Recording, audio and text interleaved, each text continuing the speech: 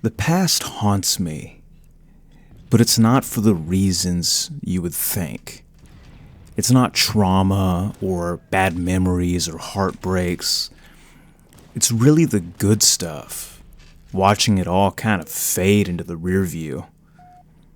And I can see what's coming up the road, and I don't know, it's promising. There's potential, but I'm not gonna lie, it's kind of horrifying. But like, what do we do with all those memories? I was always aware of the future murdering the present. I would catch myself in the good moments, like I was pausing a video game right before I killed the boss to take it all in, to take in the glory. And in those moments, I would know that when I blinked, it would be 2 weeks later. And then I'd blink, and then it was 2 weeks later. Over and over and over and over again. I used to sit on the couch with my girlfriend watching Netflix. My dog would be sleeping right there. And I could hear my dad in the living room playing the guitar, and my mom and sister arguing in the hallway about something really stupid. And I would get this sick feeling every now and again that before I knew it, all of this would be over and the future would be here and it would look unrecognizable. And where am I at now? Dog passed away. Didn't really work out with that girl and me. I'm engaged to my future wife. And I'm shoveling money I didn't even know I was capable of making into the mouths of insurance companies and the IRS. And you know what? That's good. Everything is improved. By all measures, everything's better. But damn, those memories are heavy. And I know it has to be like this. And normally I am too busy to reflect on all of it. But in those rare moments where I stop and look back and see it all, good Lord, it feels like too much sometimes. And you feel like this? Am I the only one? And if I'm lucky, I'll look back on now, making these videos, working this job, planning a wedding, and I'll be the dad playing violin in the living room while my wife and kids argue. I don't know. It's weird. Sometimes 15 years ago feels more recent than 5 years ago. I was 13 more recently than I was 20. Sometimes I put on my cringe mask. I left a few of these up, but I'll go back and listen to my old videos that I recorded 13 years ago. And while it's watching those videos is kind of like sniffing an onion, it's weird because I can listen to young me and see that kid is me. I'm not all that different.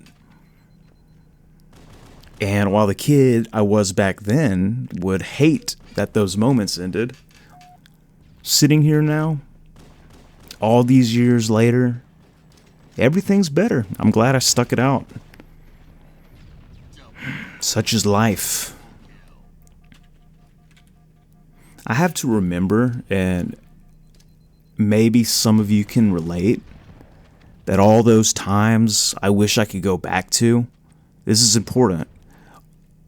When I'm thinking on all those times I wish I could go back to, you gotta remember that they all kind of ended for a reason. I remember every pivotal change in my life, I felt this nagging feeling that I was off time, musically. I overstayed my welcome in that season of life. I remember it probably the most with my high school friend group when we disbanded. We'd been hanging out for years at this point. Some of us had moved off, but we were mostly still there. And I looked up one day. I was finally making a little bit of real money, and we were hanging out, and we were just sitting there watching old Vine videos like in 2019, 2020, we were doing the same thing that we were doing when we met in 2013. And seeing how, at this point, all the guys had beards and all the girls in our group were hot, it kind of like made me sick. It was like motion sickness. It's like hanging out in the ball pit at Chuck E. Cheese in your 30s. And I got hit with the feeling. I was like, oh, I don't belong here anymore. And I don't mean that I didn't belong with those friends in that house. I meant it was like wearing your high school outfit in your 20s. Like, it doesn't fit anymore. And you can ignore it for as long as you want, but you know it doesn't fit. You know it's time for those jeans to retire. And you thank them for their service, and then you drop them off at a thrift store. Like, I realized I was different now than I was before. And you're supposed to be different because, like, if you overstay your welcome in certain little eras of your life, it's just sad, you know? It's gross. And the magic that was there is now turned into some unrecognizable, like, nightmare version of what it once was. It's playing your favorite song on repeat till you hate it. You know, and sometimes you realize this. I feel like we all have this realization at some point. And sometimes it clashes with the people around you. Sometimes they haven't quite reached that point yet. And you noticing, changing your schedule, going out more, meeting different people, that tears down their illusion that time isn't moving forward anymore.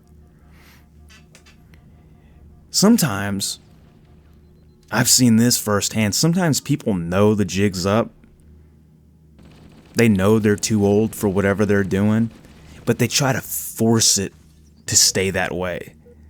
Like they're trying to keep the illusion alive for everyone involved. It's almost like a cult. Like I've seen people get mad at me. In the case of my high school friend group, it ended with the falling out. Because I was, I wasn't going in there like saying, hey, we're all being stupid. We should be crushing beers and blasting cigs. I just started changing my routine a little bit. And that was enough to start an all-out conflict. I'll talk about that in another video. That'll be a good one. Lots of character study in that story. But it's all okay. We all get the memo differently. But what happened in the years after that? Similarly to other time periods, it turned into this, no matter what happened, it turned into this significant memory that I live with now. It's just part of me. Some of us are still friends and some of us aren't. Some of us grew up to not be great people, really. But no matter what we're like now, no matter what we did to each other when it got bad, like that memory's ours. We share that. And they have those memories too. I have no idea how they process that kind of stuff. But for me personally, no matter how bad it got between us, you couldn't change those memories into bad memories. And that's something. Like, we could hate each other, but I still cherish that memory of all of us at the lake house doing mushrooms or whatever. It's a beautiful memory. I'm glad I have it. My life would be less without it. So what do we do with the memories? The memories of playing in the drainage ditch, split screen Halo, flirting with your high school crush, but like being really bad at it, partying until 7:30 a.m. in college. I didn't go to college, but I hung around colleges. I don't know what you do with all that. Make lemonade? Shit, I'm trying to figure it out. This was just on my mind today. If I had to guess, I would say maybe we use them as like fuel or something, or fuel for something. Maybe we try to create a world where our kids can have all these same memories, or their versions of them at least. I don't know. I want to know what you think. I know, like, I can tell me and a bunch of other people in my age group, late 20s, early 30s, we're all making these Call of Duty and Halo videos and just kind of reflecting on life. So I know y'all are all feeling it. Tell me what you think. What do you do with the memories? Do they drive you nuts? Like, do they feel like a lot? Do you hate them? Do you love them? Let me know what you think. And this is a weird video. It's not very, like, coherent, but if you made it this far, thank you for listening. And I'll try to make something more sensible in the next video. I'll try to think of something more relevant. But this was like nagging at me. I woke up this morning and I was like, God, I have all these memories. What are they for?